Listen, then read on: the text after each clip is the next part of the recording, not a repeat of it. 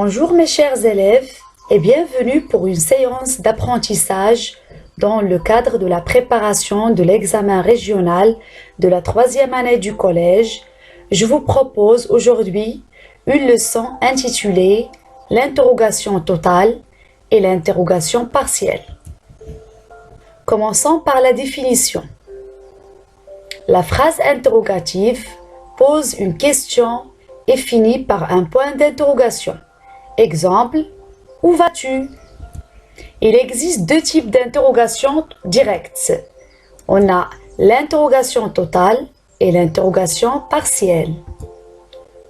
L'interrogation totale demande une réponse oui, si ou bien non. Exemple, vous avez fini? Oui. N'est-elle pas encore arrivée? Si. L'interrogation partielle est introduite par un mot interrogatif, soit un adverbe, adjectif ou pronom, permettant de demander des précisions ou des détails. La réponse est un renseignement spécifique.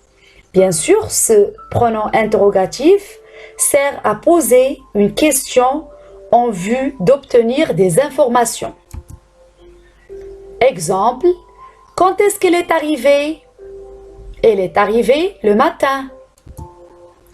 Combien de temps reste-t-elle? Elle va rester 2 jours. Pourquoi est-ce qu'elle est venue? Elle est venue pour récupérer son dossier. Comment est-ce qu'elle est venue? Elle est venue en avion. Où est-ce qu'elle est allée? Elle est allée à la campagne. Alors, quand vous regardez qu'il y a une différence entre l'interrogation totale et l'interrogation partielle. Alors maintenant, on va voir les structures interrogatives dans l'interrogation totale. Il existe 3 façons de formuler une question selon le niveau de langue. Bien sûr, on a 3 niveaux de langue. On a le langage familier, le langage courant et le langage soutenu. Dans le langage familier, ou bien dans la langue familière, il y a l'intonation. Bien sûr que à travers l'intonation, on pose une question. Tu as faim? Dans la langue courante, il y a bien sûr est-ce que tu as faim? Et dans la langue soutenue, on a une inversion de sujet. As-tu faim? Alors regardons bien que l'interrogation totale, elle est soit une intonation dans la langue familière, ou bien est-ce que dans la langue courante, ou bien l'inversion de sujet. Et bien sûr, toutes les réponses nécessitent soit oui, si, ou bien non.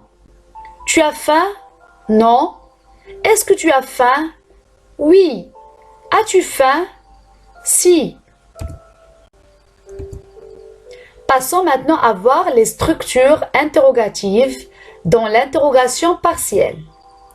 Bien sûr, dans l'interrogation partielle, on pose les questions à travers où, quand, comment, combien et pourquoi. Il existe plusieurs constructions interrogatives suivant le niveau de langue. Dans la langue familière, on a toujours l'intonation. Et l'écrit pourquoi? Regardez, le pronom interrogatif, il est à la fin de la question. Dans la langue courante, est-ce que, ou bien pourquoi est-ce qu'elle écrit? Pourquoi est-ce qu'elle écrit? Dans la langue soutenue, on a l'inversion. Pourquoi écrit-elle?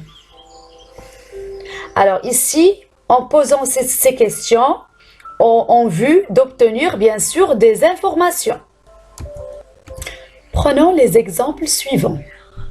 Elle part quand? Voilà, c'est la langue familière. On a le pronom interrogatif à la fin. Quand est-ce qu'elle part? Quand part-elle? C'est le soutenu, on a l'inversion de sujet. Deuxième exemple, les billets coûtent combien? À la fin de la phrase, on a le pronom interrogatif.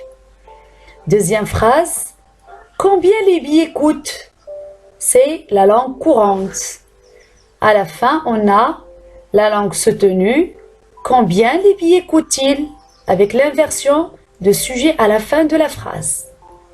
Troisième exemple, elle pleure pourquoi? Oui, c'est la langue familière.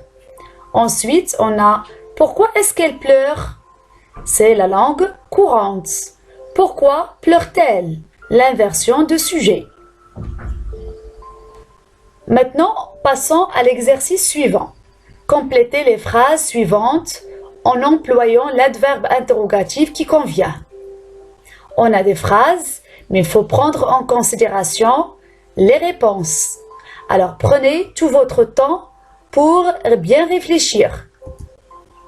Vas-tu? Alors la réponse à Boston. Encore, vas-tu? La réponse en avion. Troisième phrase, allez-vous? Très bien, merci. Allez-vous au cinéma? De temps faut-il pour passer l'examen final? La réponse, 2 heures. Tu fais cette mauvaise tête? Parce qu'elle a dit non. Enfin, est-ce qu'il faut rendre la dernière composition? Mercredi prochain. Alors réfléchissez bien avant de répondre. C'est bon, on va corriger. Voilà, où vas-tu?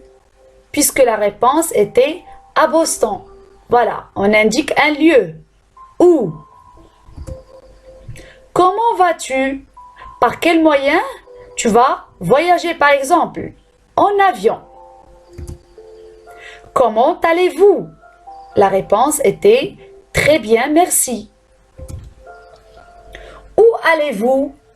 Au cinéma. On indique bien sûr un lieu. Combien de temps faut-il pour passer l'examen final? Voilà, on est en train d'indiquer dans la réponse la période, 2 heures. Pourquoi tu fais cette mauvaise tête? Voilà, alors on pose une question pour savoir pourquoi elle fait cette mauvaise tête. Parce qu'elle a dit non. Alors, c'est une question en vue d'obtenir des informations, une réponse. Quand est-ce qu'il faut rendre la dernière composition? Voilà, on veut savoir le temps pour rendre la dernière composition. Mercredi prochain. Notre leçon d'aujourd'hui touche à sa fin. Si vous avez des questions ou de suggestions, vous les laissez en commentaire. Je vous dis merci pour votre attention et à la prochaine leçon.